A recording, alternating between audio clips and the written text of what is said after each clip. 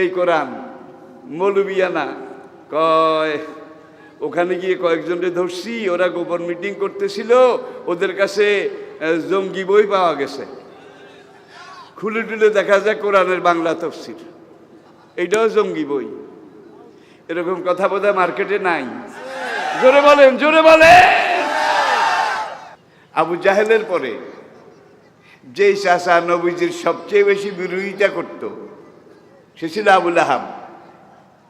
কত রকমে নবীর বিরোধিতা করেছিল।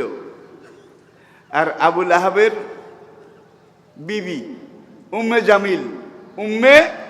জামিল স্বামী স্ত্রী দুইজন লাগছে নবীর পিছনে। আবুল আহাব একদিকে করে, তার বউ উম্মে জামিল আরেকদিকে করে টোরে শেষমেশ ওই হারামখোর কিন্তু বদরের যুদ্ধেও যায় নাই। কে? আবুল আহাব। খুব ঝানু ব্যক্তি ছিল। বদরের যুদ্ধে গেলে আবার মরে টরে নাকি। এক গোলামের কাছে সে কিছু দিরহাম পাইতো, দিরহাম পাওনা ছিল আর কি। এখন বদরে সবাই যাওয়া ফরজ করে দিয়েছে আরবের নেতারা, কুরাইশ নেতারা। ফরজ আদায়ের জন্য সবাই খাক না খাক পাক না পাক বাঁচার জন্য বদরের দিকে যাচ্ছে। আবুল আহাবরে কিন্তু ডরে দিচ্ছে, বদরে গেলে আবার মারা পড়ি নাকি। তখন ওই গোলামকে ডেকে নিজের ঘরে এনেছে। তোর কাছে আমি এত দেরহাম পাওনা আছি, মনে আছে তো? কয় হ্যাঁ। আমার বদলে তুই বদরের মাঠে যা, আমার হইয়া যুদ্ধ কর, তাইলে ওই দেরহামগুলো আর আমাকে দেওয়া লাগবে না। বদলি হজ করায়, বদলি হজের মতো। আমি কি বুঝাতে পেরেছি? নিজে যায় নাই, আরেকজনরে পাঠাইছে। বদরের ঘটনা ঘটে গেল, 3 দিন চলে গেছে মক্কায়, কোনো খবর আসে না। আরে খবর আনবে কে? যারা খবর আনবে তারা তো ওখানে মাইনাস হয়ে গেছে, শেষ হয়ে গেছে। আবু জেহেল, উতবা, ওলিদ, রবিয়া, মাগিরা, সাহেবা, উমাইয়া। বুখারী কিতাবুল মাগাজি, সেখানে এই হাদিসটা এসেছে। আর বাউ ওয়াইস্টুনা মিন সনাদিদে কোরাইশের বড় বড় 24 জন নেতা ছিল। এই 24 জন নেতার মরা লাশ নবীজি নিজের হাতে বদরের কুয়ায় নিক্ষেপ করেছিলেন। তাহলে একটাই সিদ্ধান্তে আসতে পারি, মুসলমানের সংখ্যা সব যুগে কম ছিল। বর্তমান বিশ্বে মুসলমানের সংখ্যা 200 কোটি প্লাস, 200 কোটির কিছু বেশি। খ্রিস্টানের সংখ্যা 350 কোটি। খ্রিস্টানের সংখ্যা সবচেয়ে বেশি, 350 কোটি। এরপরে গিয়ে অন্যান্য জাতিগোত্র মিলে মোট 800 কোটি। এখন মুসলমানের সংখ্যা যেভাবে বাড়তেছে, পুরা বিশ্বে, পুরা দুনিয়াতে ইসলামের বিজয় যেভাবে এগিয়ে যাচ্ছে, ইসলাম গ্রহণকারীর সংখ্যা যেভাবে বাড়তেছে, আজ থেকে গত বছর ডিসেম্বরে যে পরিসংখ্যানটা আন্তর্জাতিক দুনিয়ায় বের হয়েছে, সেই পরিসংখ্যানে পশ্চিমী দুনিয়ার সব অমুসলিম বিজ্ঞানী, দার্শনিক, বিশেষজ্ঞ তারা একমত হয়ে বলেছে মুসলমানের সংখ্যা পুরো দুনিয়াতে যেইভাবে বাড়তেছে, ইসলাম যেইভাবে এগিয়ে যাচ্ছে, এখন 2022, আগামী 2050-এ মুসলমানের সংখ্যা খ্রিস্টানের চেয়ে বেশি হয়ে যাবে। আর আগামী 2070 সালে পুরা বিশ্বে মুসলমানের সংখ্যা সবার চেয়ে কাফেরের কয়েক গুণ বেশি হয়ে যাবে। রাশিয়ার প্রেসিডেন্ট ভ্লাদিমির পুতিন এই 1 বছর আগে, নির্বাচন হয়েছে না হয়েছে, কমিউনিস্ট দেশ, এগুলো নিয়ে আমাদের মাথা ব্যথার দরকার নাই। দিনে হোক রাত্রে হোক, সময় হোক অসময় হোক, নির্বাচিত হয়েছে। পরের দিন সে জাতির উদ্দেশ্যে যে ভাষণটা দিয়েছিল, পুতিন নিজে বলেছে আমার রাশিয়া, সারা জীবন ইসলাম আমার মুসলমান নির্মূল করেছে রাশিয়া, সোভিয়েত ইউনিয়ন, সেই রাশিয়াতে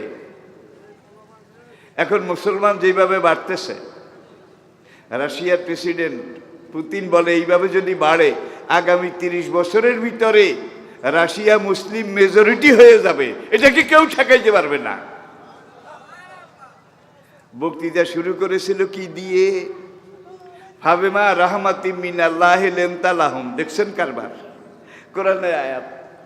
রাশিয়ার প্রেসিডেন্ট জাতির উদ্দেশ্যে ওয়াজ শুরু করেছে, ভাষণ শুরু করেছে। ফাবেমা রাহমাতিম মিনাল্লাহি লিনতা লাহুম ওয়ালাউ কুনতা ফাজ্জান গালিজাল কালব লানফাদ্দু মিন হাওলিক। এই আয়াতটা তার বক্তব্যের মধ্যে কোটেশন।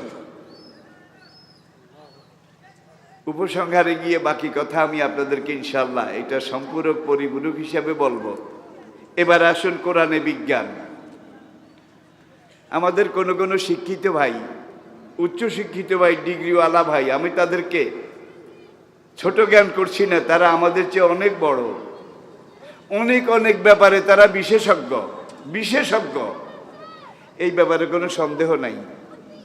সেই সব আধুনিক উচ্চশিক্ষিত ভাইদের অনেকে, সবাই না, অনেকে মনে করে তাওরাত, জবুর, ইনজিল, বেদ, গীতা, উপনিষদ এগুলো যেমন এক একটা জাতি গোত্রের ধর্মগ্রন্থ, ঠিক ওইভাবে কোরআনও দুনিয়ার একটা জাতি গোত্রের ধর্মগ্রন্থ।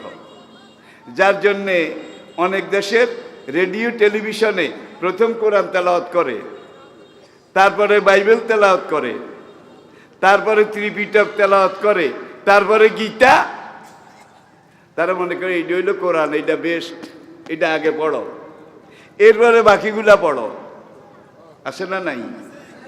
এটা কি বলছে? ইন্নাদ-দীনা ইনদাল্লাহিল। এই কোরআন নাজিল শেষ হয়েছে সূরা আল ইমরান, খুলে দেখুন। কোরআন নাজিল শেষ হওয়ার পরে তাওরাত, জবুর, ইনজিল অতীতের ধর্মগ্রন্থ, এগুলো আমি আল্লাহ যুগে যুগে নাজিল করেছিলাম। তাওরাতের ধর্ম কার ছিল? কয় না। জাবুর, ওয়াতাইনা দাউদা জাবুরা মাসালুহুম ফিত তাওরাতে ওয়া মাসালুহুম ফিল ইনজিল ইন্না হাযা লাফি সুহুফিল উলা সুহুফি ইব্রাহিমা। আল্লাহু আকবার। অতীতের সব ধর্মগ্রন্থ বিভিন্ন যুগে বিভিন্ন জাতি গোত্রের কাছে কে নাজিল করেছে? কে? আর এই কোরআন নাজিল করে বলে আল ইয়াউমা আকমালতু লাকুম দীনাকুম।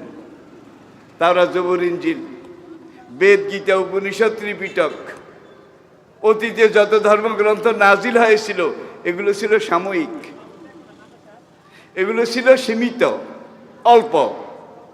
আর আজকে আমি এই কোরআন এটাকে এমনভাবে পরিপূর্ণ করে দিলাম। আকমাল তো ওলামায়ে কেরাম কামেল বলেনি আকমাল, কামেল বলেনি আকমাল, এসমে তফজিল, এসমে তফজিল। এমনভাবে এই কোরআনের দিনকে আমি পরিপূর্ণ, ভরপুর, টইটম্বুর করে দিয়েছি, কানায় কানায় ভরপুর। ও আতমামতু আলাইকুম নেমাতি, আমার নেয়ামত তোমাদের জন্য এই কোরআনের মাধ্যমে, এই নবীর মাধ্যমে পরিপূর্ণ করে দিলাম। কোরআন আসার আগে মানুষের বুদ্ধি জ্ঞান কম ছিল নাকি? আজকের মানুষের সে কম ছিল? অনেক বেশি ছিল।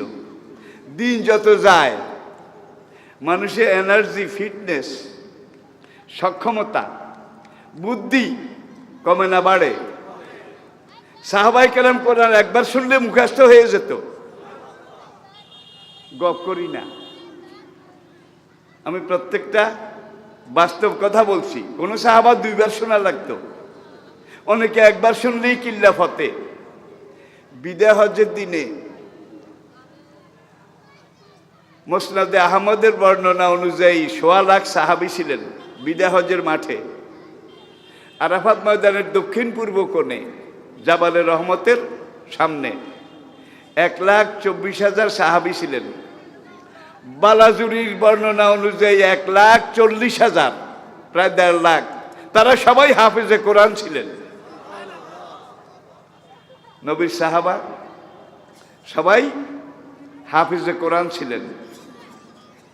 ওআইসির সর্বশেষ পরিসংখ্যান 2019 ডিসেম্বর ওআইসি এবং বিশ্ব সংস্থা জাতিসংঘ সম্মিলিতভাবে যে হিসাবটা পরিসংখ্যানটা পেশ করেছে, সেটা অনুযায়ী বর্তমান পৃথিবীতে 4,34,00,000 আন্তর্জাতিক মানের হাফেজে কোরআন জীবিত আছে। 4,34,00,000। কেউ রাগ করবেন না তো ভাই? তাওরাতের হাফেজ কয়জন আছে বলা লাগবে? জবুরের, ইঞ্জিলের, বেদের, গীতার, ত্রিপিটকের, দিলে একমাত্র মুসলমানের ধর্মগ্রন্থ আল কোরআন, আল্লাহর সর্বশেষ ভাষণ মানব জাতির উদ্দেশ্যে। এই কোরআন এইটা আসার পরে আল্লাহ বলছেন ইন্নাদ্দীনা, সূরা আল ইমরান এটাও।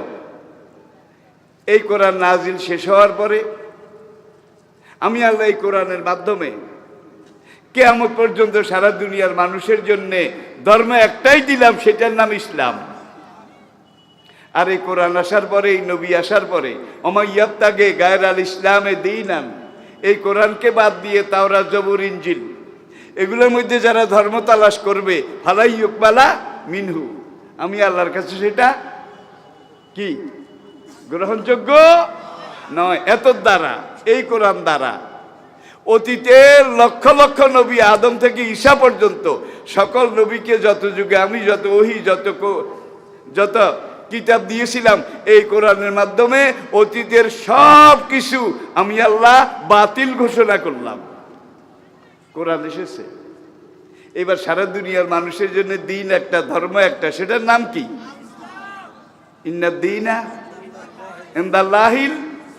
আচ্ছা ভাই, কোরআন যতদিন আসেনি আমরা জানি অজুর মশলা যদি পানি পাওয়া না যায়, ফাইলাম ইয়াজিদ মাআন ফাতায়াম্মামু সাইদাম তাইয়্যিবা, পানি না থাকলে পাক মাটি দিয়ে তায়াম্মাম করো।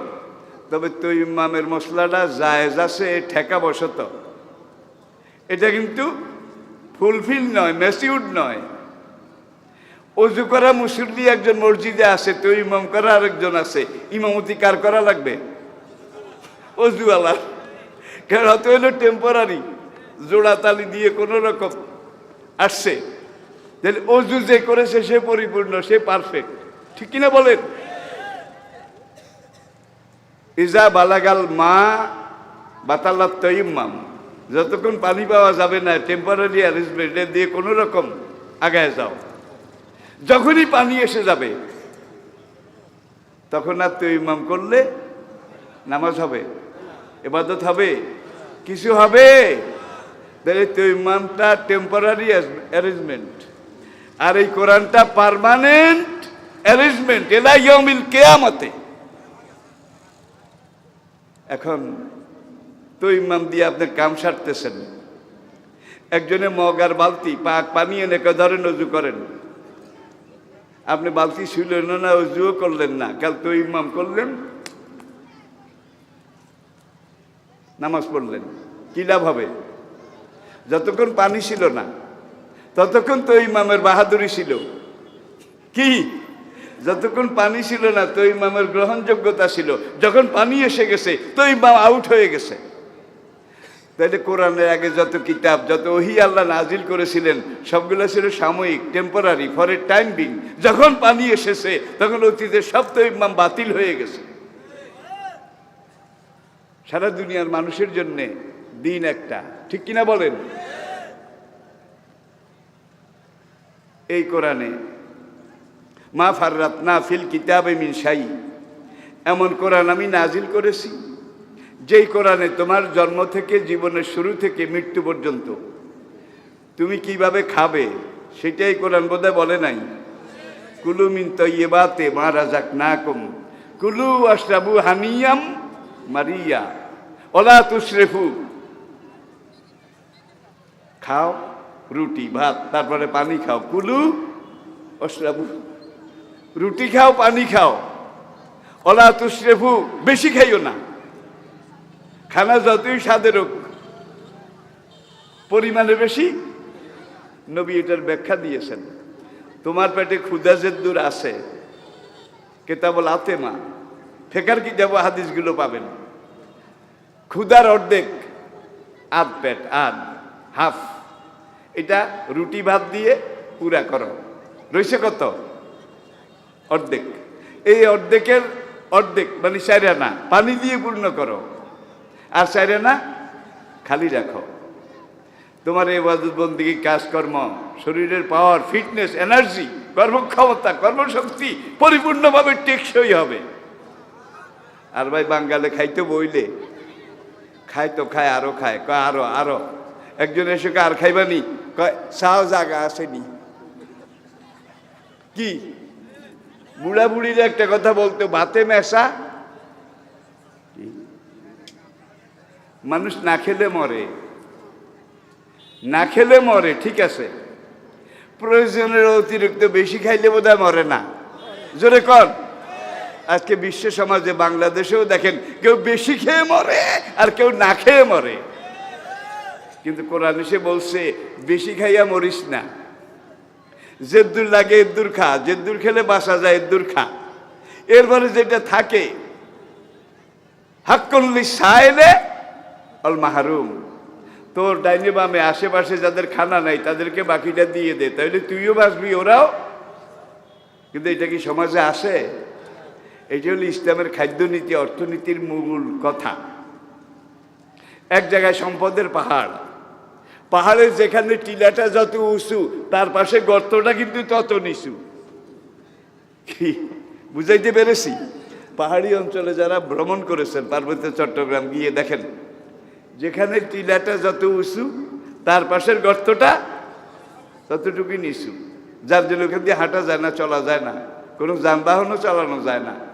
আর ইসলামের অর্থনীতির রোলার এটা এসে বলছে টিলাগুলা ভাঙ্গ, সম্পদের পাহাড়গুলা ভাঙ্গ, ভেঙ্গে ওই গর্তের মধ্যে ফেলে দাও, তাহলে পুরো সমাজটা সমান হয়ে যাবে, সমতল হয়ে যাবে।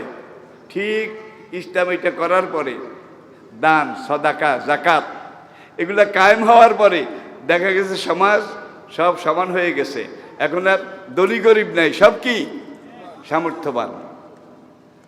টিলা টক্কর সব চলে গেছে, কোরআনের বুলডোজার এটা দিয়ে যখন চাষ দিয়েছে, জাকাতের টাকা নিয়ে মানুষ রাস্তায় রাস্তায় হাঁটতো, জাকাত নেয়ার মতো গরিব খুঁজে পাওয়া যেত না।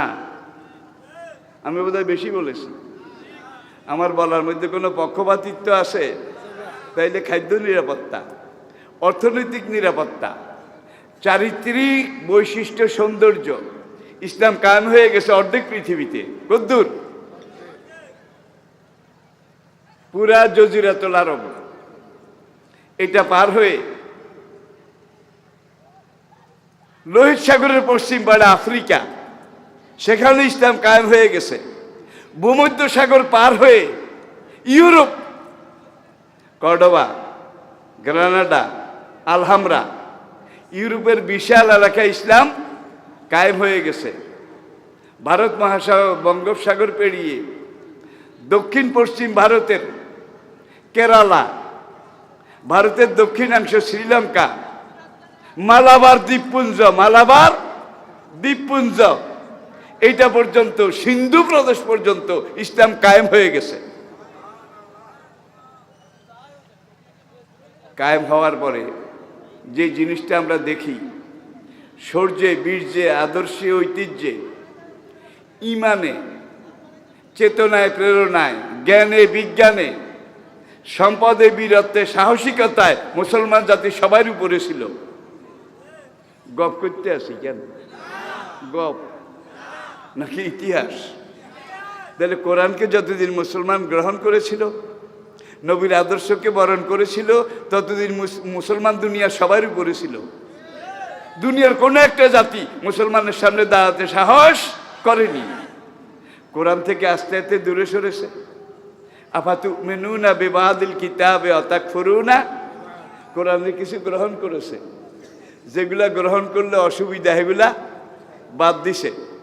হামা জাযাউ মাইয়াফালু যালিকা মিনকুম ইল্লা খিজিয়ুন ফিল হায়াতিদ দুনিয়া। এবার অপমান শুরু হয়ে গেছে।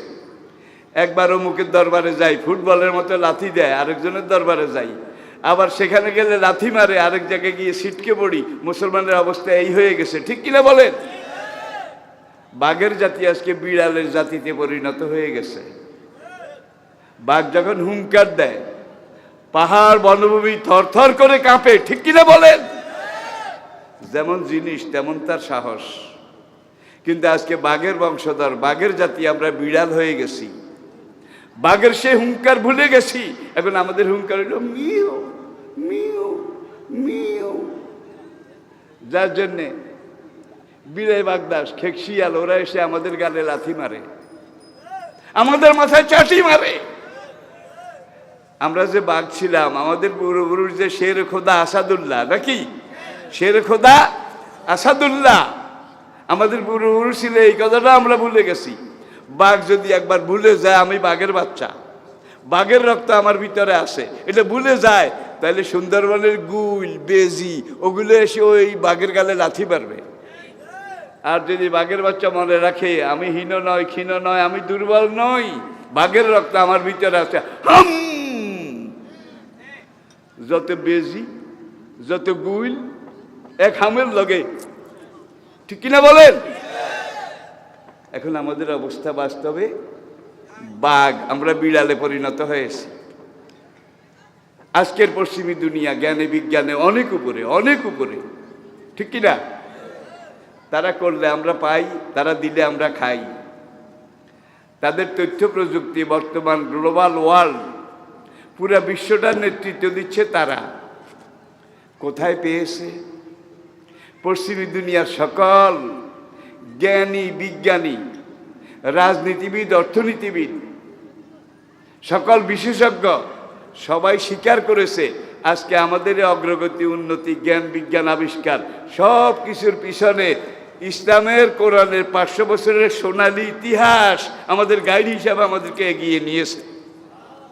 আমরা মুসলমানের কাছে ঋণী, এই ঋণ কোনোদিন শোধ করতে পারবো না। আবার বলছি, আই রিপিট, মুসলমান যতদিন কোরআনকে নিয়েছিল ততদিন সব ব্যাপারে সবাই ঊর্ধ্বে ছিল।